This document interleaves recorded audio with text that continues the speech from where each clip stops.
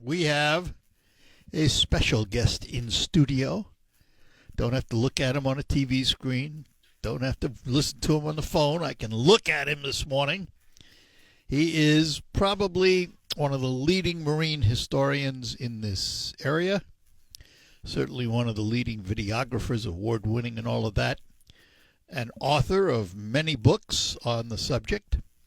And someone who's going to be in the area on the 19th of April doing a presentation for the Saginaw River Marine Historical Society. In studio with me, the one and the only, Ric Mixter. Ric, good morning. Art, good morning. This is like a homecoming. Every time I step into this building, you know, my history here goes back to 85? 80, yeah, the mid-80s. Yeah, that's incredible. And so many amazing people beyond the bricks and the windows and everything that are here. The people are just amazing, and it's good to see you. So your career, and by the way, folks, Ric's going to be with us till 11. If you have any questions about shipwrecks in the Great Lakes or anywhere else for that matter, you can give us a call and chat with him, 989-752-6111. What led you to this career of really becoming a marine historian as you are? Oh boy, I've always been a storyteller. You know, I'm the oldest of 7 kids. I grew up in the Upper Peninsula, and I think telling stories is what you do. And my mother is a fantastic storyteller as well. And it just all kind of clicked once I found radio, and that was when I was a sophomore in high school. I started doing DJ dances, and then a local radio station had a morning show guy that said, "Call me up if you want to tell a crazy story." And Art, I was hired in about 4 minutes at Q107 and began my radio career actually on their AM side, Whoopee Radio, which Radio. You're 790, they're 970 up there. And when I came to this station, I kept saying the frequencies backwards because I was so used to it. But yeah, the mighty 790 rings true now today. Where are you from originally?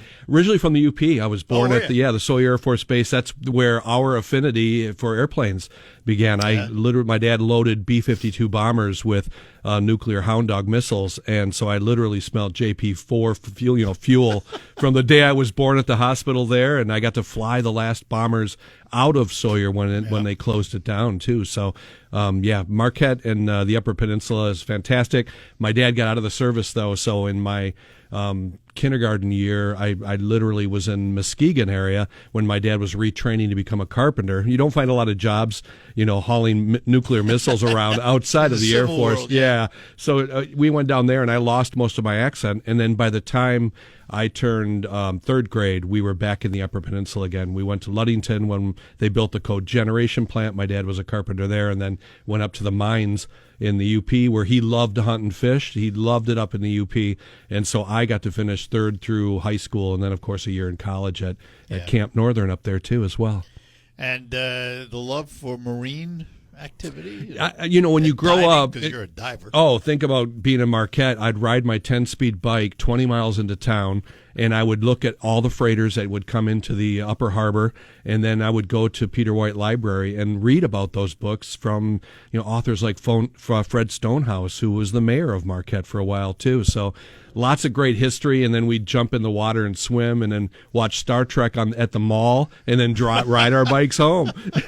Everybody at Woolworths knew who Ric Mixter was.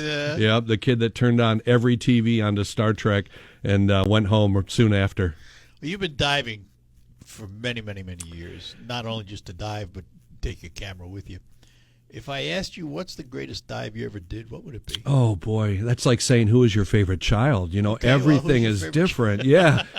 All of my kids, all 3, are equal as my shipwrecks are. But, when you add in the Edmund Fitzgerald, when you add in Novadoc, when I talked to the 2 guys that were literally stranded there for 2 nights in November of 1940, when you touch the shipwrecks that people like my wheelsman that I interviewed from 1913 was the last to see the Regina, the Price, the Wexford when they discovered it. I was one of the early divers on it. Those all have a very special chapter to me when you can physically visit a wreck after hearing those stories in person. Each one of them takes on a chapter, and then just discovering the wrecks that we found off Whitefish Point too, another special. I want to go back to Fitzgerald just for a minute here, because of all of them, it's probably the most well known. Oh yeah. How have we treated that wreck? I think it gets way too much respect, and that's with respect. I mean, if you think about it, Gordon Lightfoot didn't write 10,000 songs to represent every song that we have, or every shipwreck that we have in the Great Lakes. He wrote one, and it really got all the focus. And even today, you know, we're 50 years since the loss, we're still ringing a bell for the 29 guys. Yep. And they always include one ring for other sailors. But, you know, in my mind, that was a tragic story, and I can never imagine what it's like to have a loved one go away and never come back. I've lost loved ones in tragic events, but there's always been someone to bury, and that's a different part. But with that song, they've been catapulted into this incredible different genre that we still, you know, I have a guy that came to my talk in Manitowoc that was crying about the victims and how they miss their families, and this is what that output is because of the song. You can't say that they would do that for the Huronton, or that they would do that for the Atlanta, or any of the ships built, you know, that nobody knows about. So, but that's special because I think wondered whether the publicity was living larger than the vessel itself. It does, but Gordon Lightfoot is the patron saint of shipwrecks. He is the guy that the only reason Ric Mixter has 4 books, 30 documentaries, and any kind of notoriety beyond, you know, being a former reporter at TV5 or a DJ, you know, out of this building.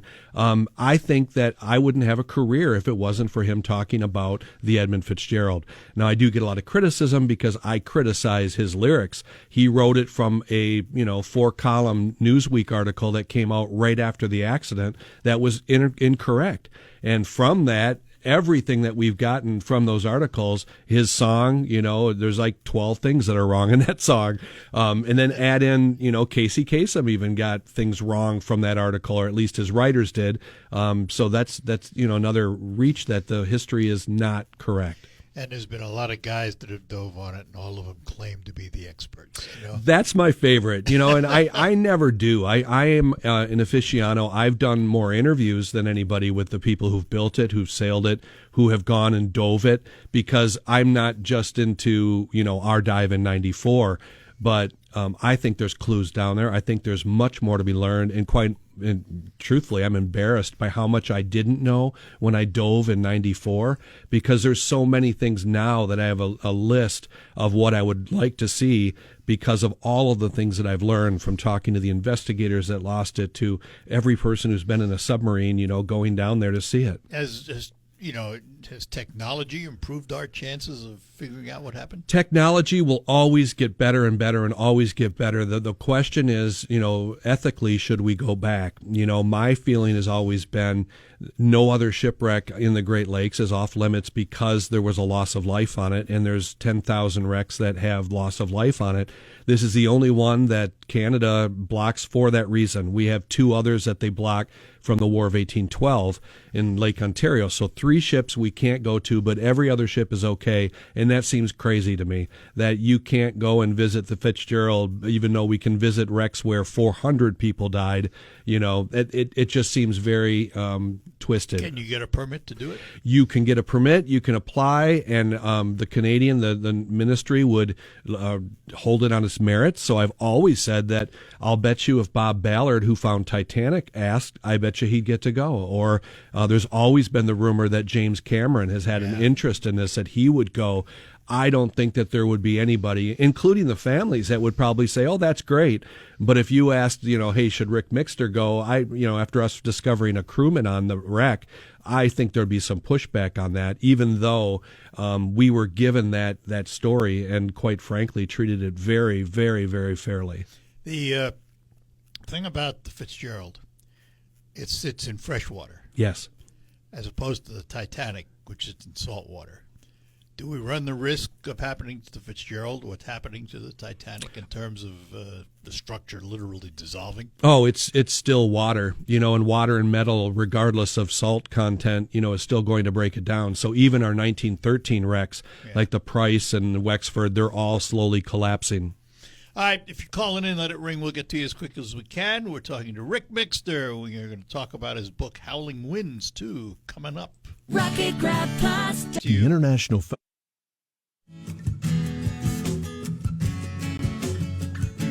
All right, we're back with you in studio with me, Ric Mixter. If you have any questions about marine history and shipwrecks in the Great Lakes and the like, give us a call, 989-752-6111.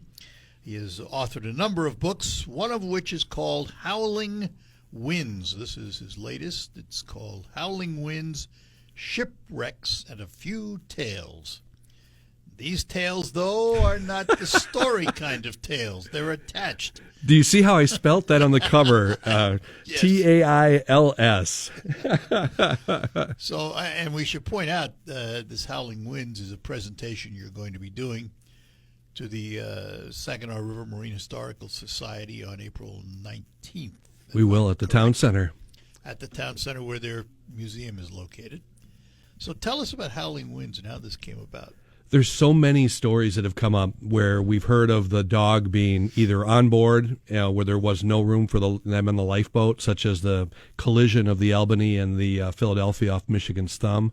If you think about the latest discovery of the Huronton, the first mate ran on board and realized after he'd been hit, the Cetus ran into the Huronton and put a huge hole in it, but stayed together long enough for the crew to jump. But Simpel realized that the dog wasn't there, so he ran back onto his sinking ship and came back with the bulldog in his arm that had been tied up in the galley.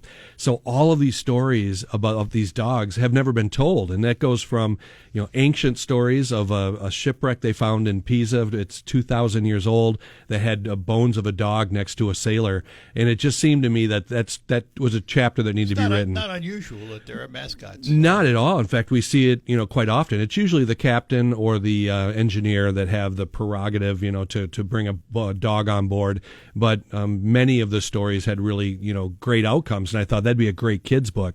But then I realized most of the stories not happy yet. No, sadly, where the dogs were left howling on the deck, and it rips your heart out. But those stories, many of them have not been told in a book form, and so not only through the my book, but then the lecture series, there's many of these stories, including the Edmund Fitzgerald, which the ship that searched for the Fitz had a dog on board, and Captain Hobaugh had told me in an interview all about the dog wasn't howling, and it never registered to me at all until somebody finally told me that was Suji, and Suji was named for a cleanser that was on board. No and kidding. Yeah, and the dog loved to drink. He would drink out of ashtrays in every local Duluth bar. So the stories are fun.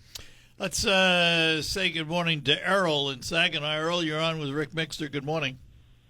We've come a long way from Treasure-Rama, haven't we, at Higgins Lake? What a gorgeous dive it was, Errol. And cleaning the Salvo River. Oh, man. You're still playing around with snorkels and face pieces, huh? Well, you know it. You've inspired me with all the things you would find in the Ausable River, so I have to, sir. You mean the grenade? Absolutely. All of that stuff has just enthralled me. I'm glad he didn't shake it too much because the state police told us it was alive. Oh, man. Have you heard of a ship that they found in over 700 feet deep in Michigan? I just heard something the other day about that. Probably the Western Reserve. It was the museum that I'm on the board of directors with, Whitefish Point, that has the Great Lakes Shipwreck Historical Society. Okay. Yeah. Reserve's a sad story, sir. It's a boat that they thought in August, loaded with their families, it would be okay to take the kids, and everybody perished, but one guy, the wheelsman, walked his way to the life-saving station, banging on the door to tell the story. I would imagine, it's been a long time. I've been on all kinds of shipwrecks on Mackinac Island side and the other side down towards Charlevoix. People have no idea how many shipwrecks are in Lake Charlevoix. Oh, we're still looking for them, yeah. Yeah. And that, Rick, but it sure is good talking to you again. It was a lot of fun. I haven't seen you in a long time. Well, I'm just happy to wake up on the top side of the grass in the morning anymore. Well, I'm thrilled that you are, sir. Well, yeah, I don't weigh as much anymore. So, Rick, enjoy yourself. I've always enjoyed you. Talk to you later. I hope to see you in the water. Take care. Oh, God, that would be funny. Bye-bye. Bye now. And let's talk to Dave in Saginaw. Dave, you're on with Ric Mixter. Good morning. Good morning, Art. Thank you, and thanks, Rick. Comment and then a quick story, if I can. I've been to Whitefish Point with my wife over the years 3 times, and we drove there particularly because of the Edmund Fitzgerald Museum, which was absolutely fantastic, which is why we went back. One time when we went, this ignorant person on the phone didn't account for the high tide for Superior. And there was a small access road that went out to a picnic table that you could sit at out off beyond the museum. So we drove out there, and the sun was going down, and it was a beautiful evening. And then the tide came in, and I had a 69 Dodge Charger. Art, you remember I talked to you about that. Yep. And I could not see the road coming back from where we were to Whitefish Point proper. It was underwater. And the road had a little S-curve in it. And my wife was beginning to panic. How are we going to get back? I drove that car 5 miles an hour through that water, hoping that I wasn't going to run off the edge one side or the other until we got back to the dry land. That's incredible. We thoroughly enjoyed that, and I'm glad that it's still there, and I'm glad that people go there, and it's a fantastic place to visit. And so much different than you last visited. I mean, it certainly had a lot of Edmund Fitzgerald before, but now it really represents all of the Great Lakes with a whole exhibit on Dennis Hale, who survived the Morale, a Bay City-built ship that was lost, the largest in Lake Huron. Yeah. So lots to see, my friend. Very good. Well, I may be able to get back up there again someday. Right. Art knows my wife is not with me anymore, but I still might be able to get back up there. Thank you. There you go, Dave. Bet, Thanks. Dave. Take care. Yep. Bye-bye now. Bye. You know, that's an interesting comment because I never would have thought of tidal action in the Great Lakes. We have seiches that are more, it's not really the moon. It's not like a tide. No, but we get water that will come up, and this has been documented even to Gallienne that first came up the Detroit River, realized they lost all of their priest, the cross and the cup and everything they did for communion in a seiche where it just rises up super fast and then comes down and stole away all of their sacraments. So literally it happens, and it's hard to really tell when it's going to. And I think they're still trying to figure a lot of it out, but I've never seen it that bad, thank heavens. But you got to respect Superior. We've gotten caught many times when it was dead calm with fog and then came out in 8-foot, 9-foot waves. So I totally can understand why so many ships are on the bottom because of how fast it can change. Are you diving as much as you used to? Not as much. I mean, with the technology we have with the museum now, we have a robot that can go down to 1,300 feet. So now we can hit anything that Lake Superior has on the bottom. It's just a matter of finding it. So much of the time is spent on the boat dragging sonar to try to map that. Many other locations, too. We have the government searching, too, now, not for wrecks, but to map the bottom land. There's a lot of new discoveries coming out, and I think that'll probably be where I'll be. Our guest is Ric Mixter. The latest book, Howling Winds, Shipwrecks and a Few Tales, Tails. More on that and more on the shipwrecks and your calls at 989-752-6111. We're proud to make... Back with you in studio with me this morning is Ric Mixter, marine historian, videographer, award-winning videographer, author, and lecturer. And if you have any questions about shipwrecks on the Great Lakes, give us a call at 989-752-6111. His latest book, Howling Winds, Shipwrecks and a Few Tales. Dog tales. You should add I'm an expert in grandparenting, too. So if there's any... Okay, yeah. There you go. Absolutely. When do you put a mask on them and take them deep? Exactly. We're trying. I had them in the Pacific Ocean 2 weeks ago, and they were pretty freaked out about that. They watched too much TV. Yeah, don't we all? I don't know. I'm not sure. Well, when you sit down and you think about a book, what made you want to write a book that revolved around dogs on ships. These topics find me. It literally is not something where I sit down and say this would be great. We find a shipwreck. We hear a story like Dick Sempel, who was on 17 shipwrecks, and the Huronton was one, and that tied into my entire documentary I did on the 1940 storm called Safe Ashore. So I already had interviews with guys who have long passed who talked about Sempel, and that just gave me enough information to be able to write a full chapter. And then you add in somebody like Dr. Doug Houghton with his incredible geology and his medical practice in Detroit, our first geologist, and his dog Mimi. Now you've got the fodder for an entire, 260 pages. Yeah, so that for me, it finds me, and then I just get the bug, and then I run with it. This is Al in Bay City. You're on with Ric Mixter. Good morning, Al. Morning, Rick. I want to ask you, what was the year that Fitzgerald went down? 1975. That's November 10th. Okay.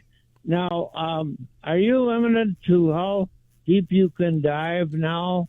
I am. Any regulations? Well, we have a sport diver limit that we try to enforce 130 feet, and then I went advanced dive, with a lot of extra training, so I can go beyond that. But then you can go with helium and mixed gases, and there are incredible divers who can reach, wrecks at 300, 400. Even the Fitzgerald was reached on compressed gases. It's 550 feet. Just and then have to be careful absolutely. up. I prefer submarines because the length of time is not limited. My compressed air in a tank, which normally a scuba tank might last you in shallow depths of 40 to 60 minutes, depending how fast you breathe or how cold the water is. Underwater, I can use a robot and never get cold, never get tired. And although I miss the experience of being weightless because that's my favorite part, to be there in person is not the same as on a monitor. You cannot argue with the safety, especially knowing many divers that have passed away and have been severely injured by going too deep. It makes sense to me to do the robot thing, and because I'm very spoiled, I get access to that as well. So, but I do miss it. I'll tell you, there's incredible dive schools all throughout our area, the listening area, and each of them can train you to learn how to be weightless, to safely go and explore these things, and I highly encourage it. You have to be a good swimmer. Back in the day, you kind of had to, and that was sad because everybody had to be like Sea Hunt. You had to be a super Aquaman to do this. But the truth is that anybody can learn, and you should have some rudimentary skills. But we wear a vest that can be inflated, and that can help you float. And it doesn't hurt, obviously. You should be in good shape anytime you do anything strenuous. But I think that it doesn't limit it by any means because underwater you weigh nothing. Yeah.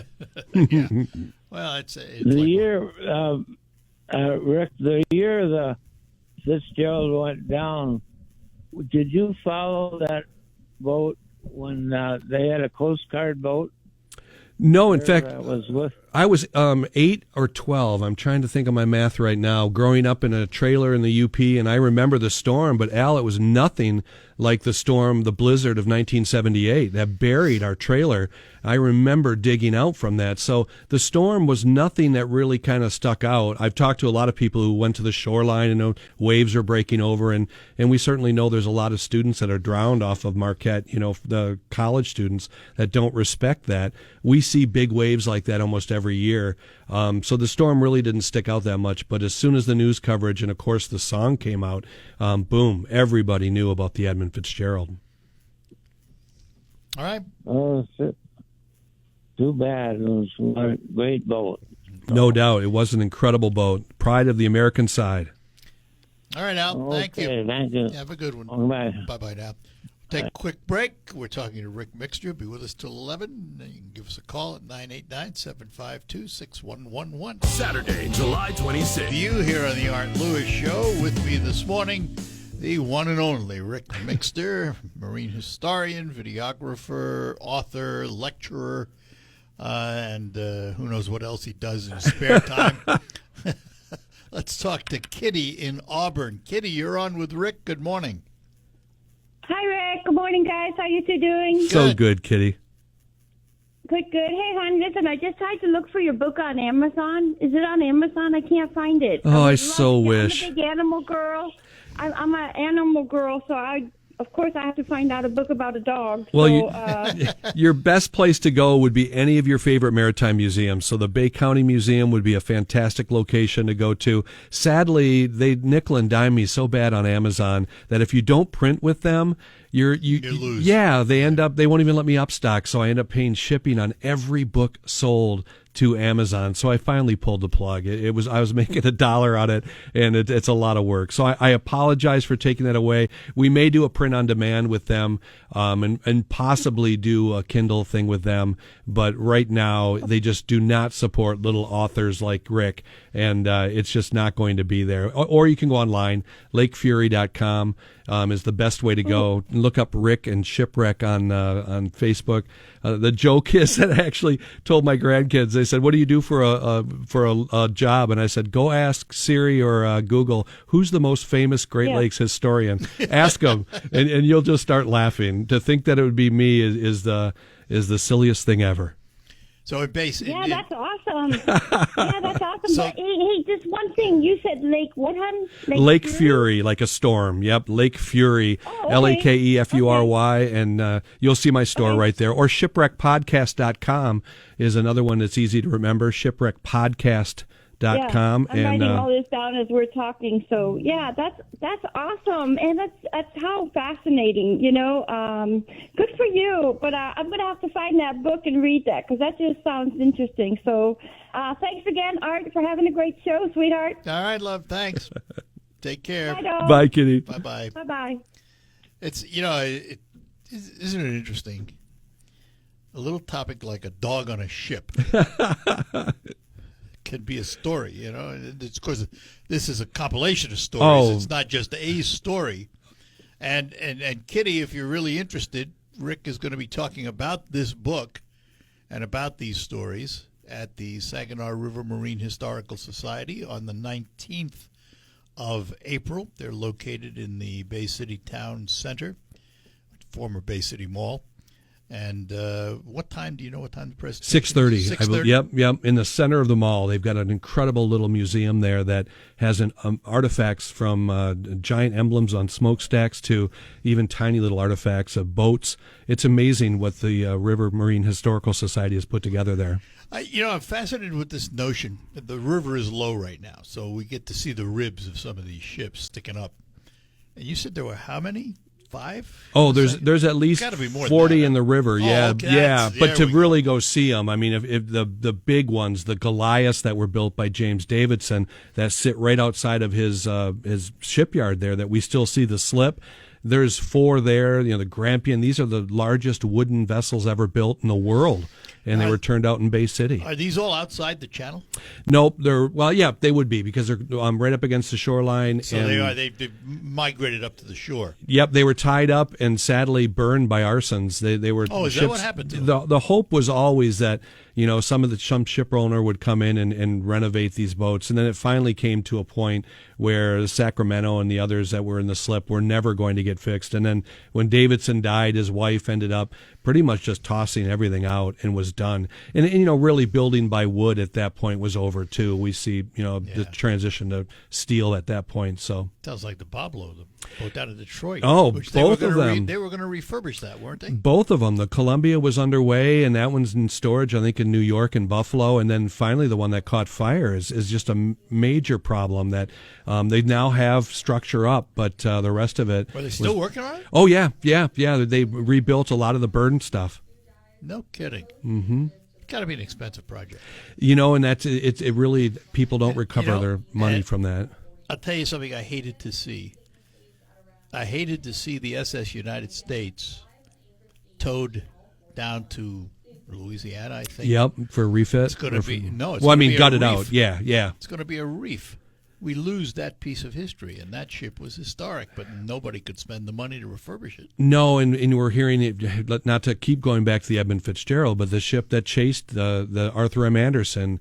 There's been rumors for a year now that it won't fit out this year. That and everybody's pushing, well, we should make it into a museum. Well, we've had 4 museum ships that just no one came to see, including the Sundew that was in Duluth, all decorated downtown, and it was the ship that saved the guys from the Carl Bradley, and no one went to see it. Now, we're lucky somebody bought it, and it's still floating, which is totally, different than the Bramble, which was one of the first ships to circumnavigate the entire, part of the ocean, and that one was a museum in Port Huron. Nobody went to see it, and now that's being scrapped out. So of how many maritime museums are there, and how many of them are based on freighters? There's 40 probably in the Great Lakes. Really? And, oh yeah, if we include our friends in Canada, there's all kinds of incredible places. Just to think, in the second floor of Bay County's museum is a maritime museum. Port Huron has a great collection, but if you dedicated solely, Ludington has a fantastic one. I think of South Haven with the Michigan Maritime Museum there. Of course, Whitefish Point. There's the lore that's in Rogers City that's not as elaborate as others, and then we have incredible ships like the Valley Camp that's in the Soo. That I was just there when I took the cruise ship around in the summer for 2 years. Did you? I was so lucky. For a month I was on board a cruise ship, ironically talking shipwrecks to 200 passengers. Oh yeah, this was a paid cool gig. Man. Yeah, that's a cool gig. All the caviar you can eat, and incredible audiences. What ship line was it? Ponant, and they did the La Below, which is named for a French explorer, and the entire tour of all 5 Great Lakes is absolutely amazing. And so we got to see the museum ship Valley Camp. But the Mather's also in Cleveland, another one you should go see, and of course Port Huron has a lightship you can go see as well. All right, we're going to take our last break for this hour. Rick will remain with us for next hour and take more calls and talk more about his lectures. All of that coming up here on the Art Lewis Show for this Friday morning. Tax season is almost over. We'll be back with more with Ric Mixter as we talk about the Great Lakes and shipwrecks and dogs. Sure, why not? We'll be back. Broadcasting from the Art Lewis Show, and in a very unusual set of circumstances, we have asked our guest from the first hour to be with us in the second hour, because I knew we wouldn't run out of things to talk about. He is marine historian, lecturer, author, diver, all-around good guy, and he is Ric Mixter. Good morning again. Just thrilled to be here. I normally get thrown out after 20 minutes of anybody seeing me with this, so it's nice to hang around for 2 hours. This is amazing. And his latest book is called Howling Winds, Shipwrecks, and a Few Tales, Tails, because there are stories that mention dogs here and there. If you look at the dog on the cover, and you literally hold that sad little dog to your ear, you can hear Sarah McLachlan's song, Arms of an Angel. Remember the sad TV commercial? No, I'm kidding, of course. But that's poor little dog I found in a Library of Congress picture and colorized it. And he just looks so forlorn on the ship, and it represents so many of them. But that doesn't look like a sunken ship. It's an iced up fish trawler on the East Coast, but don't tell anybody. Yeah. I'm going to say it's Great Lakes till the day I pass. So, there's 22 chapters of those book stories, and it's just amazing to share it. And Rick will be in town on April 19th, 6:30 in the evening for the Saginaw River Marine Historical Society, lecturing on the Howling Winds book, which should be interesting. Rick also did something else a while back. He got to sail the Great Lakes. For several weeks on one of the Great Lakes cruise ships where he was a guest lecturer. What was that like? It is amazing to, first of all, be on a cruise ship on the Great Lakes. I mean, this is something that was, commonplace as we go into the 1920s, the 1930s. And then it vanishes during the war and gets much more popular with the car ferries today. But to be on a cruise ship that's French, eating French cuisine, eating caviar, and ironically talking about maritime history on the Great Lakes, including shipwrecks, it's an honor. Many of our guests had never, and I've had 400 passengers in the 2 years I've done it, they've never seen Niagara Falls. They've never seen Mackinac Island. They've never seen beautiful Tobermory, Ontario. So I get to share that with them. Is there a bit of a conflict? Cruising on a cruise ship talking about shipwrecks. I think a lot of people look at it and they go, well, could it happen? And that's legit. I mean, we sailed in October, and there's many big storms that kicked in September, October, especially the gales of November. Legit thing, but these are boats that are built for passenger comfort. They're built to stabilize. Even in 6-foot waves that we had, I never really felt it. In fact, it was almost calming. So, yeah, there's a legit concern, but I think that when they learn the history of these lakes that starts in 1679 with the first, La Salle coming up into the upper Great Lakes on Le Griffon, there's certainly an amazing history that they're more captivated on, and it oversights the fact that 25,000 people have lost their lives on the Great Lakes. Yeah, you're sitting on a ship, folks. Oh, absolutely. But I think when they see the survivors, they realize that those lakes can be stirred up, and we certainly had opportunities to be in the lifeboat as we went to Mackinac Island in 6-foot swells, that they got a full appreciation of what these beautiful freshwaters can turn into. I have to ask you, Rick, and this is something you never partook in, but the submarine that went down to the Titanic that imploded. What was your thoughts on that? It was tragic, and it even ties into the cruise ship, because the Octavius, or the one that Viking is running, has a sub on board that's diving the Great Lakes. So, yeah, I dove in the Delta. I knew when we went down that it wasn't something they had just built. Bob Ballard himself had sailed that previous year on the Delta to dive the Lusitania shipwreck. So I knew it was proven to those depths. Those subs weren't built for public consumption to sell space on. Almost all scientific, It was all scientific. Yeah, so many scientists had been in there for thousands of hours, and the pilots all had that kind of time as well. Now, when they first started asking to dive the Titanic in the Russian submarines, I was looking at ways of mortgaging my house. And if there was only a few rides they were going to give out, I could have reasonably thought that I might recoup that money I would put in to make a dive to that. But with the dozens of people who've dove the Titanic now, everybody has. In fact, a businessman from Flint called me up and said, I'm going to go dive it with my wife, and wanted to know what kind of gear he should take with him to do submarine. it. Oh, yeah. And I told him the best thing to do, sir, is to take Ric Mixter with you, because that's the guarantee that you'll have a good story. But I didn't get to go. So it broke my heart. I was crushed. I know that there's a risk every time we enter the water. I take a bigger risk every time I get into my car to drive in Detroit. To me, I feel the worst threatened on our highways than I do compared to skydiving, flying F-16s, B-52s, all that stuff that I've done in my crazy career. I'm more panicked on the road than I'll ever be from a submarine visit, down below. Yeah. But there's a respect that you have to have, and I want to know the safety. How do I get out of here? Is there a reasonable... The guy that invented our submarine had the world ascension from a sunken submarine. 200 feet, Rich Slater had been in an accident where the pilot was killed, he escaped. So I felt very confident that this guy, that designed this submarine knew what he was doing. It's interesting in the longevity of our careers. You've done a lot. I've never flown in a B-52. I have flown in an F-100 and an F-4 Phantom. Yeah. But never did the F-16, and done many other crazy things in my life too. But I've never been a diver. I'm not a swimmer. Yeah. And I often wondered. As a matter of fact, one time, my late wife and I, were in Puerto Vallarta. Oh, just there. And we took a diving boat for whatever reason. I don't know why we did it. And went out into that big bay. And at some point they stopped the boat and they fit you out with the fins and the snorkel. It's a snorkel type thing and all that. And I said, well, I'll do that, not knowing how stupid I was.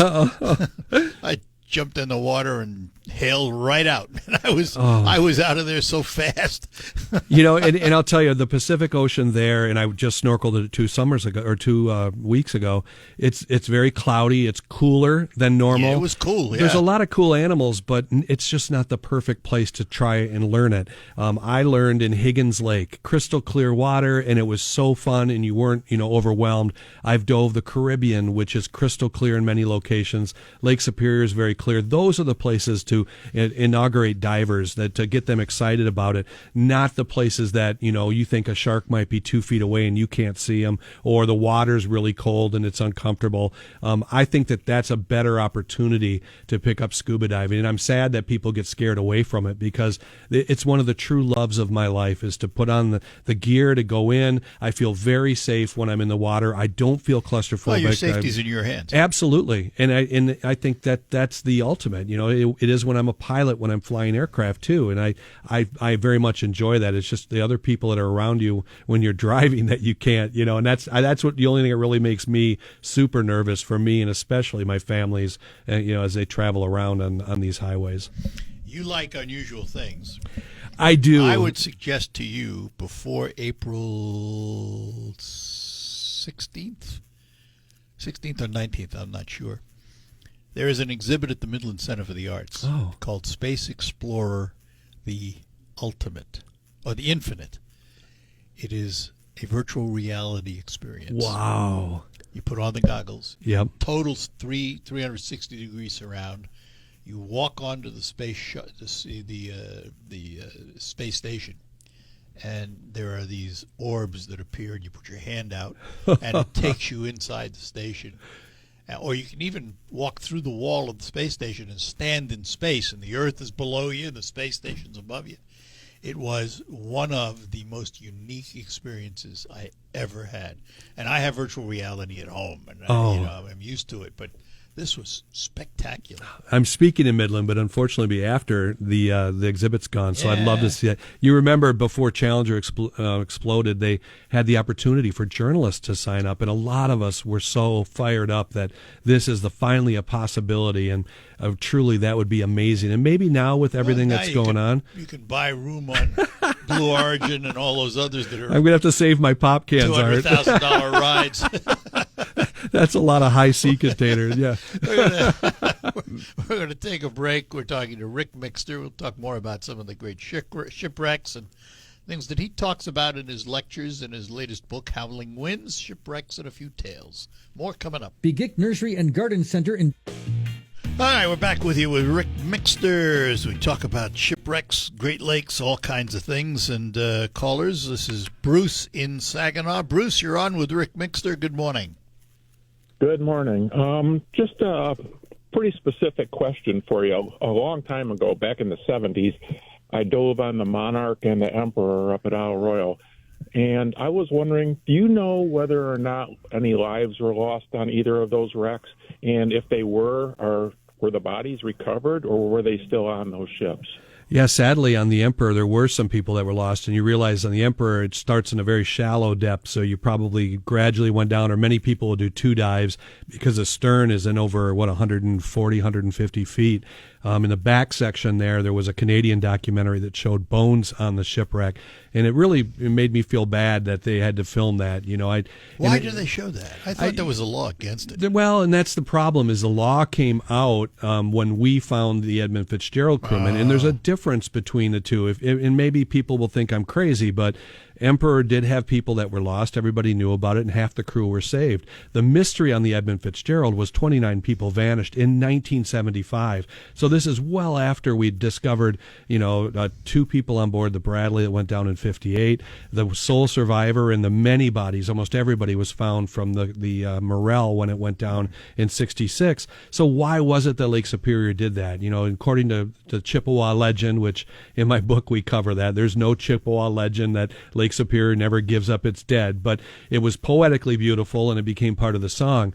But that was the legend that we broke when we found the body, and that was a totally different thing. But so on the Emperor, sadly, tragically, there were some people lost, and it was, even worse than the music. It went da-da, and got real scary when the bones came up, and obviously since the bones were there, there was no recovery of the bodies. No, and now they've been removed and they've been brought off site. In so many of our wrecks that they found, there were bodies in there, and if you go the right right route, it usually just gets you into more trouble. So many times, sadly, divers will just quietly move those bones off to an area and bury them, and respectfully say goodbye to them. On the Monarch, I don't believe there was. Monarch was very broken up. I haven't dove it, but so many of the wrecks in that area, the Kamloops is in 200 feet of water. That's in my book, Bottled Goodbyes, where Alice, the stewardess, sadly survives the shipwreck that's within eyeshot of the island. But when she makes it to the island, it's December, no one's on Isle Royale, and she freezes to death with the crew. So just tragic stories brought to life, and hopefully honoring those people that have been forgotten for all these years. So I hope that helps on the wrecks. You saw some really good ones there in Isle Royale, and they're all protected, obviously, by the national park that's there. Right, yeah. And back when we dove them, there was no buoys on them, and so we just kind of approximated where it was, and we happened to hit the deep end of it. So we went 130 feet straight down before we saw anything. That's amazing, and what great luck. I mean, up there, there's not a lot of second chances, and it's hard to get fuel, and it's a very tough dive. Many people will get charters there, liveaboards, because it's the best way to see those wrecks, because they're on all sides of the island. Yeah. Do you know, is there any, I'm almost 70 years old now, assuming I got good heart and lungs, is there any reason a 70-year-old can't scuba dive? I've dove with 80-year-olds, and it's about your doctor making sure you're clear for it, and if you live, a good life, I think that, staying fit is very critical to being able to do it. I don't see any restrictions. In fact, even for lady divers, which, the gear used to be horribly, trending towards men, now we have incredibly fit stuff that helps lady divers as well. So I think for females that want to dive, don't be scared off by this sport. Most of the great divers, the best underwater photographer I can think of is Becky Schott, and literally this has no boundaries for ages and sexes by any means that I know. Okay, thank you very much for your information. Thanks. Take care now. At 82, my idea of diving is a hot shower. Or a hot tub would be nice. Let's talk to Carol in Sheridan. Carol, you're on with Ric Mixter. Hi, and thanks again for having somebody interesting. No, you're welcome. Well, very, very, very, very enjoyable. One of the things, we go camping at the Two Heart, and I often sit on the beach, and I love it because you can tell the curvature of the earth and think of all the mariners that are out here. And I think they found one fairly close to the Two Heart lately, right? Yeah, we have several, as a matter of fact. Yeah, you're talking about near Deer Park, Michigan, and the incredible camping up there. It's very rustic. I personally just did an entire story on Deer Park and the Pacific that shows up on Howling Winds, and I really got into not only the story of the dog that was brought off the ship and everybody lived. All that's left of the shipwreck now is a boiler that sits off of the old dock remains there, and sadly most of Deer Park is gone too. It just, once the lumber industry left, even the mill was torn down and brought to Bay City. So there's nothing really up there other than incredible camping and beautiful waters, as you know, at the Two Heart. Yeah, and I have a quick story for you. We've horsed around up there a lot, and we was at Bay Furnace, and I don't know if you've ever camped at Bay Furnace. I have. State Forest Campground. Anyway, there's a road just to the edge of it, and they said, "Oh, go back there. It's just gorgeous. It's just lovely." And when you get back there, it's just slate rocks all over. And there was a couple kids that were left there from Saginaw that worked on I don't know. Anyway, they were divers, and there was a girl up there, and she had a cast on her leg, and she fell into the water off into it. And then her dad went in after her, and they just happened to be there. And so they saved the girl, and they saved her dad. Wow. And but people do not respect that lake. I mean, they run and jump in that. They have no idea on the undertow. You're so far from help up there. And I used to worry about them, and now I say it just thins out the gene pool. If they're that stupid to disrespect such a beautiful lake, All right. But it was wonderful that they actually did save that girl, and thinking they were from Saginaw, Bay City. So. Well, and Bay Furnace is a beautiful area. I mean, they used to make steel there, and you can go around and find the slag, the glass remnants that are on the beach. But be careful; it's really sharp. That whole area, Alger County, is by my dollar the most beautiful place on the Great Lakes. The waterfalls, everything that's in the Munising area, including the shipwrecks, are unmatched, and I just love it. And now everybody's figuring out that Munising is such a beautiful place. They finally built a hotel there, so and best pasties in the UP, I think. You can argue with me, though. All right. Well, Good enough. the last 5 years, though, they've just overrun the place. Yes, ma'am. And people were parking in people's driveways, and I mean, people have just they lose their brains fall out when they go across the bridge. I will admit to doing that, Art. All right, Carol. Well, Thanks. take care, you guys. Appreciate Thank you, it. Carol. Take care. Yeah, bye-bye. Bye-bye. And let's go to Deckerville and talk to Mike this morning. Mike, you're on with Ric Mixter. Good morning, gentlemen. Just a quick anecdote. My dad and three of his brothers were all chief engineers in the Great Lakes. Oh, And wow. Dad recalled when he was a young man, his oldest brother writing a letter home, and it took a few weeks to get there to my grandpa, going through the Armistice Day storm. And my grandfather, it just got him. It was just so emotional for even to know his son was alive, but what he went through weeks and weeks earlier, and the horror that he saw, and they survived everything. Wasn't on a ship that was damaged, but it just terrified him, and he didn't want the rest of the boys to go out on the lakes, but they ended up doing it. And the reason I'm calling is, do you have an email or something I can reach out to you? Dad had a lot of home movies, and he was one of the few guys that was really good at home movies. He told me it came with the camera, how he put it, but and we have some pretty historic footage, like some whaleback steamers and stuff like that. And Dad passed a couple years ago, so we want to keep a copy for ourselves, but we'd like to find a place for it to get kept for historic value. Oh, you bet. And I transfer thousands of feet of that footage because that's how I find the treasures that go into my PBS documentaries. So, yeah, my email is very public. It's Ric, R-I-C, at airworthy.tv, like television. So that's not .com, but you can find it online, too. If you just type in RIC and shipwreck and email, you will find me. I guarantee it. All right. We're losing your signal, unfortunately. It's hitting jet. Yeah, we're kind of losing you there. Okay, thank you. I'll reach out to Ric. I look forward to it. Thank Thanks you. for calling. Bye-bye. Take a break. Be back with more with Ric Mixter. Get your roll on with Lucky. In studio with us, marine historian, author, videographer, lecturer, all-around good guy. He is Ric Mixter. What's new in the video world? You produced anything new lately? I have. In fact, I put together a brand new final run that I just put on the internet. Just thought let's do it. I did a whole thing on the most dangerous place on the Great Lakes that now I think has 450,000 views, and it's only been a couple weeks.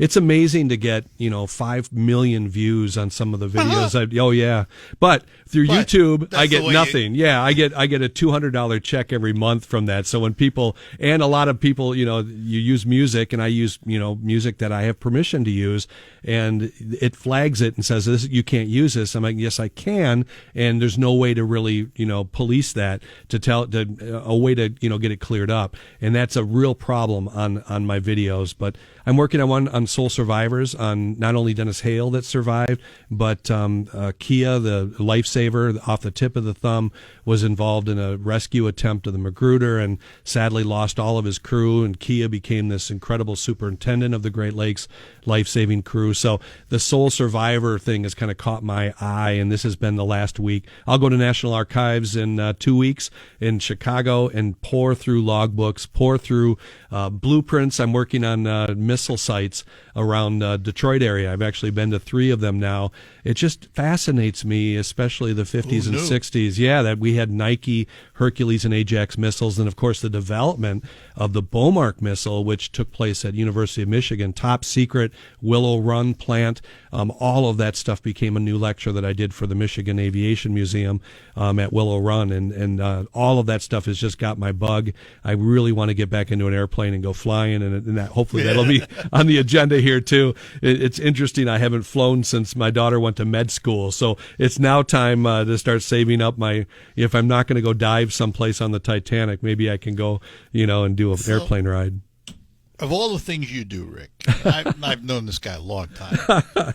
Of all the things you do, if I said to you, Ric Mixter, you could only have one thing to do, none of the rest. Dive, author, lecturer, cruiser, or you name it, what would it be? Hands down, Grandpa. Hands down. It is the greatest job.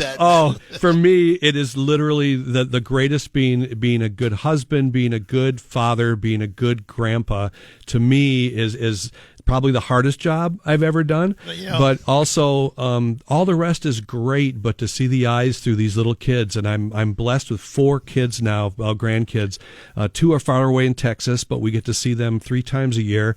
Sometimes 4. We saw them at Christmas, my boys, and then the girls are all right next to where we're at. In fact, tomorrow is our day with the girls, and it'll be amazing. But in response to the other stuff, I mean, it's all so similar that flying is just as cool as diving, is just as cool as hunting alligators with Ted Nugent, just as amazing as flying the Goodyear blimp. So all of these opportunities that I've been given only because I was a journalist. There's nothing special about Ric Mixter. Trust me. I tell people that all the time because of the things I've gotten to do because of this. Same thing. You know, and I can remember, I think one of the most unusual things I ever did, I was on the deck of the Mackinac icebreaker when it made one of its last runs up to St. Mary's, up to the Sioux. And that was something else. You got on the ship in, I think it was Sheboygan or somewhere in that's where she home ported. Yeah. We got on the ship there, went up to the Sioux, and then they bussed us back to Sheboygan. Wow. And that was an experience.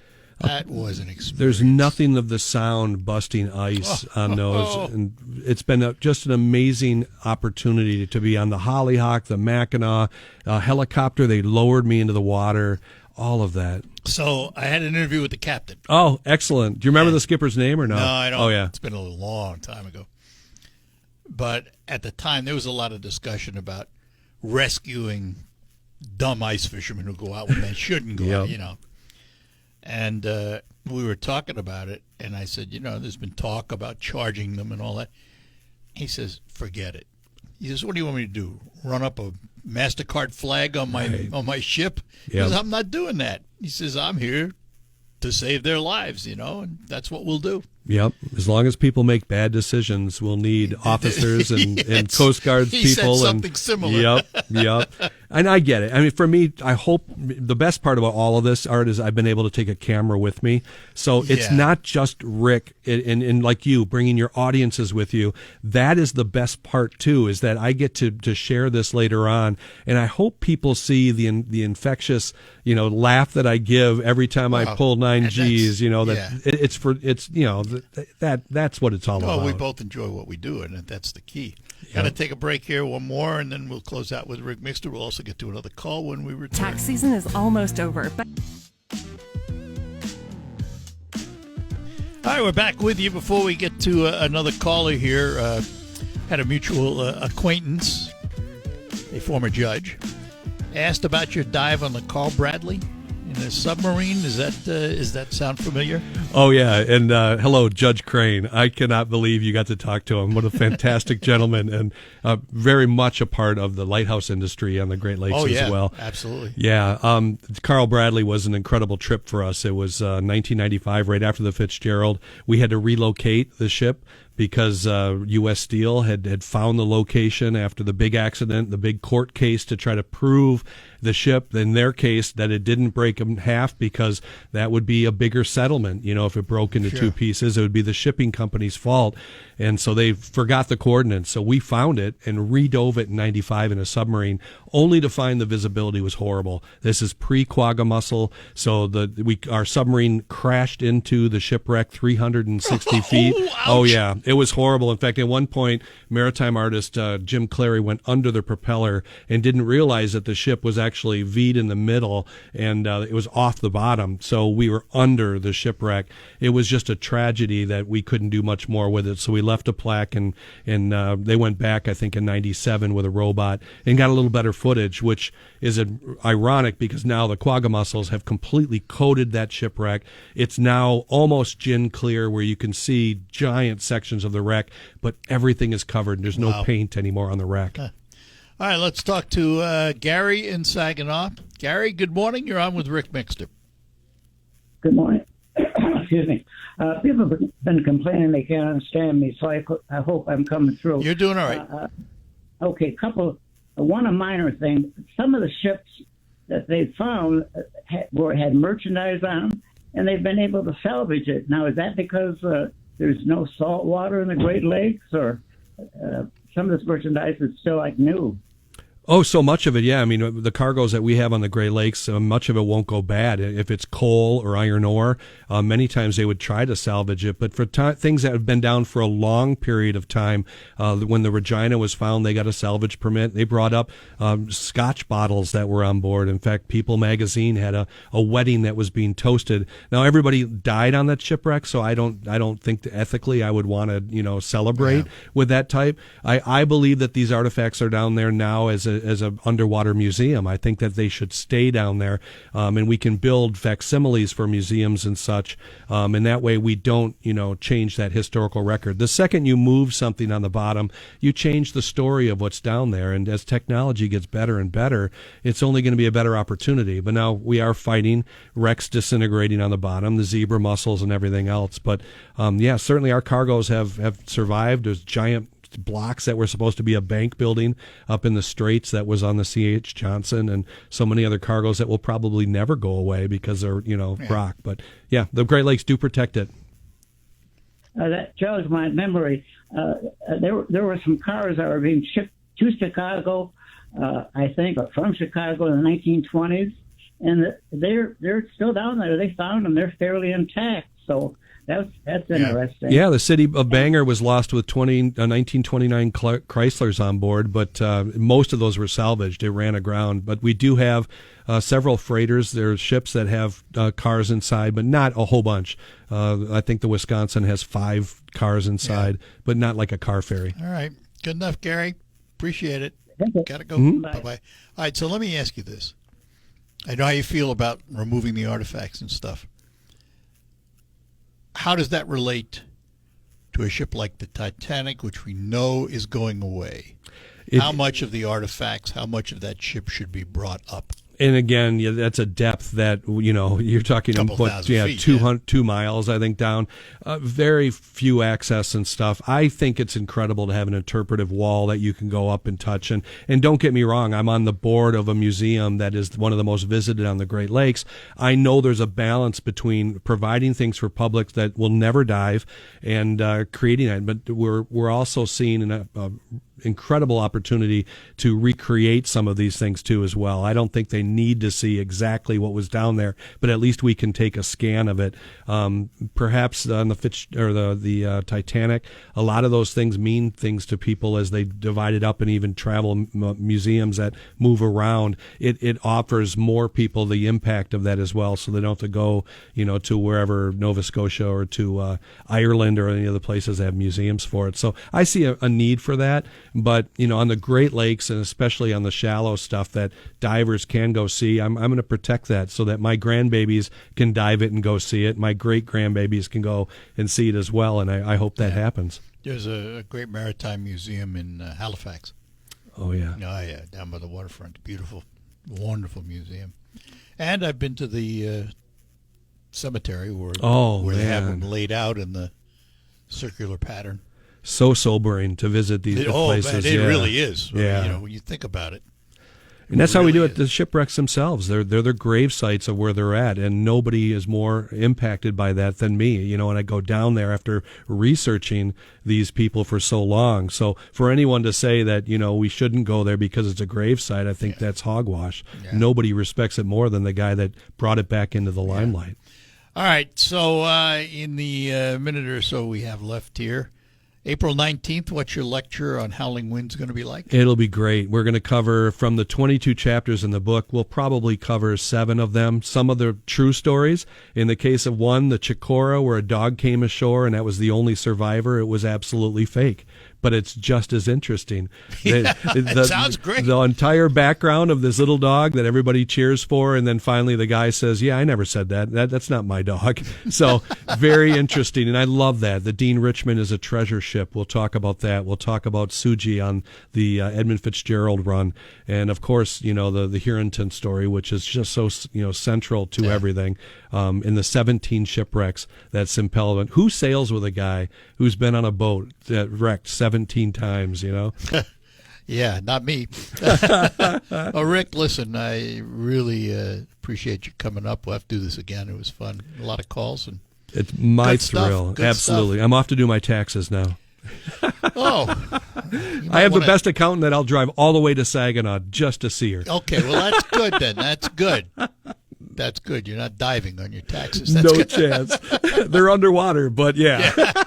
Ric Mixter, everybody, and April 19th at the Saginaw River Marine Historical Society at their museum in the Bay City Town Place. You'll find Rick at 6:30 in the evening. Come on out and visit him. We'll be back to close out. We're proud to make For spending 2 hours with us talking about shipwrecks and the Great Lakes and all that fascinating stuff.